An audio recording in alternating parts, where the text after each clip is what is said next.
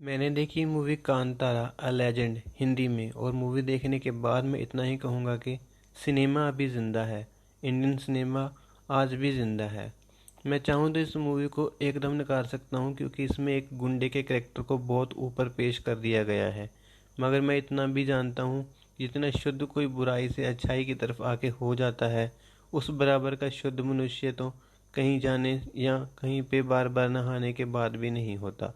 क्योंकि गंदगी शरीर में नहीं होती, गंदगी सोच में होती है, समझ में होती है, दिमाग में होती है, दिल में होती है, मन में होती है, और भी ऐसा ही कुछ।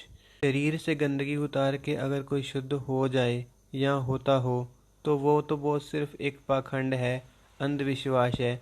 शरीर का शुद्धता से क्या लेना देना। जैसे खाने को खा लेने का, खाने को बना लेने से, देख लेने से, सूंघ लेने से क्या मतलब। खाना तो तभी काम करेगा ना जब शरीर के अंदर जाएगा। धर्म भी तभी काम करेगा ना फिर जब जिंदगी में बस जाएगा, ना कि आपके रोज के टू डू या टास्क में। ये मूवी बहुत गहरी है, बहुत गहरी। इसको समझने के लिए आपको अपनी हर तरह की सोच का इस्तेमाल करना होगा। ये सिर्फ एंटरटेन नहीं करती, बहुत सी गहरी बातों को उठाती है, बहुत से नकाब ओढ़ी गंदगियों को बेनकाब करती है।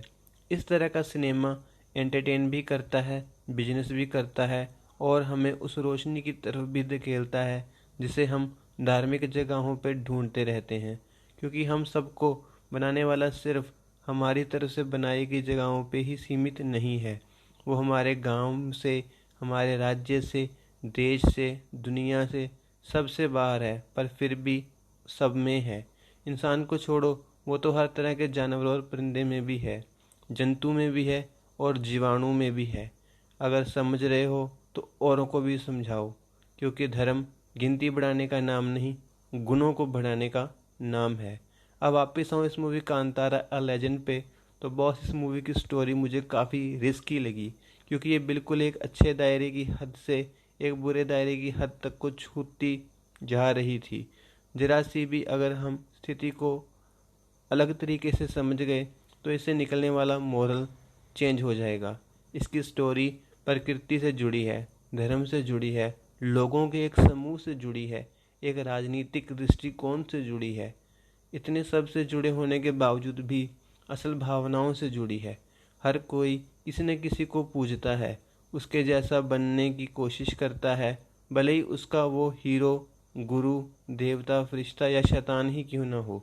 हम उसे मानते हैं, पूजते हैं, क्योंकि हमें विश्वास होता है। बिना विश्वास के हम मनुष्य दवा तक नहीं लेते। तो बहुत सोचो, अपनी निष्ठा को, श्रद्धा को, मिट शांति के नाम पे लगाने वाली ऊर्जा को कैसे ऐसे ही खराब कर देंगे। सोच के तो देखो बॉस। इस मूवी में दूसरी अच्छी चीज़ थी इसकी एक्टिंग। पता था कि एक्टिंग ही है। हजार तरह की तैयारियों के बाद ही एक सीन को फाइनल किया गया होगा व्यूअर्स को दिखाने के लिए, मगर फिर भी माहौल बनता था। मूवी कई बार बने दायरे से बाहर गई, जिससे ध्यान भटकता, पर जल्द वापस आती रही अपने पॉइंट पे।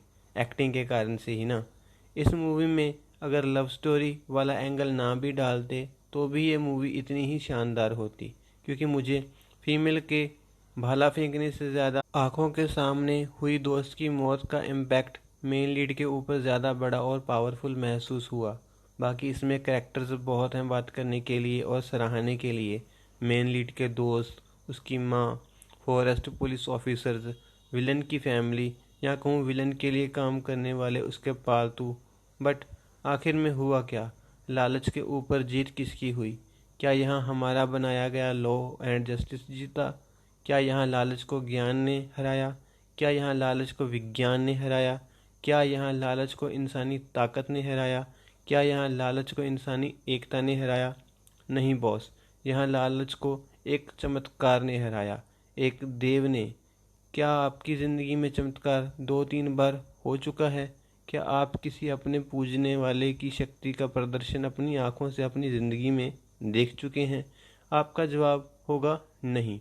चमत्कार के आगे हम सोचने वाले इंसान खामोश हो जाते हैं, विज्ञान हाथ खड़े कर देता है, इतिहास झूठा हो जाता है, लॉजिक छू मंतर हो जाता है। क्योंकि बॉस, चमत्कार सबसे ऊपर है। उसे ना हम तोल सकते हैं और ना ही हम तोड़ सकते हैं। इसीलिए चमत्कार को नमस्कार की जाती है। और मूवी के एंड में यही हुआ जिसने मुझे फिर से निराश कर दिया। मेन लीड को सारी सच्चाई का पता था। मेन लीड को इतना ताकतवर दिखा दिया गया था। मेन लीड को अपने लोगों को और अच्छे लोगों का पूरा समर्थन था, फिर भी क्या हुआ?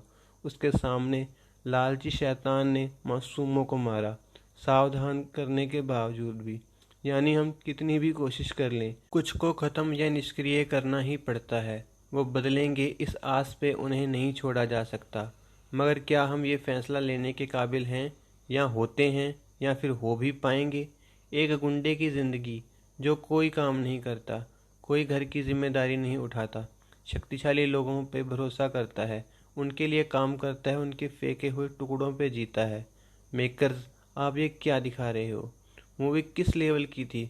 धर्म, प्रकृति, लालच और एकता के आसपास। मगर ख़त्म करने वाला कौन था? एक देव, एक चमत्कार, और वो भी किसके शरीर के ज़रिए से हुआ? अगर आखिर में उसका भाई जिसे मारा गया था खंजर से, वो दोबारा सामने आ जाता ना बॉस, तो बात अलग हो जाती। क्योंकि वो अच्छा कैरेक्टर था, सरल था, निष्काम था, मेन लीड के बिल्कुल विपरीत था, ऐसा मूवी में दिखाया गया है। और उसके अवतार में अगर इस मूवी को एंड करते तो बॉस, ये मूवी का लेवल कोई नहीं छू सकता था। मगर ऐसा हुआ नहीं।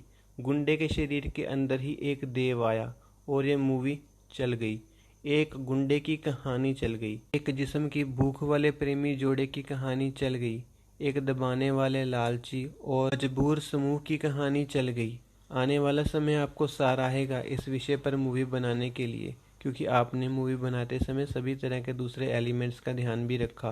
पर जब आपकी स्टोरी की बात होगी, जिसका अहम किरदार ही एक लापरवाह, निकम्मा, अपनी माँ की ना सुनने वाला, अपने दोस्तों के साथ मज़े करने वाला एक बेशर्म दबंग नौजवान है, तो क्या सीख देगा ये अहम किरदार प्यार करने वालों को?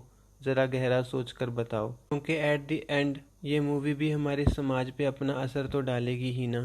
फिर समाज जाएगा तो आखिर किस तरफ? मैं फिर मेरी पुरानी बात दोहराता हूँ कि समाज को अच्छा बनाने वाले सिनेमा पे फोकस करिए, भले ही वो काल्पनिक ही क्यों ना हो। समाज को आज के समय में बेहतर बनाना ज़रूरी है। गुंडे और प्रेमी प्रेमिकाएं बन के हव्स मिटाने वाले तो आम हैं अब इस समाज में। नहीं पता तो एक हफ्ते के अखबार पूरे पढ़ लो, जान जाओगे समाज के हालात। उम्मीद है असर होगा, पर होगा किस हद तक, इसका जवाब मत मांगना। मुझे सुनने के लिए आपका थैंक यू, और मेरे दर्द और चिंता को समझने के लिए आपका तहे दिल से शुक्रिया।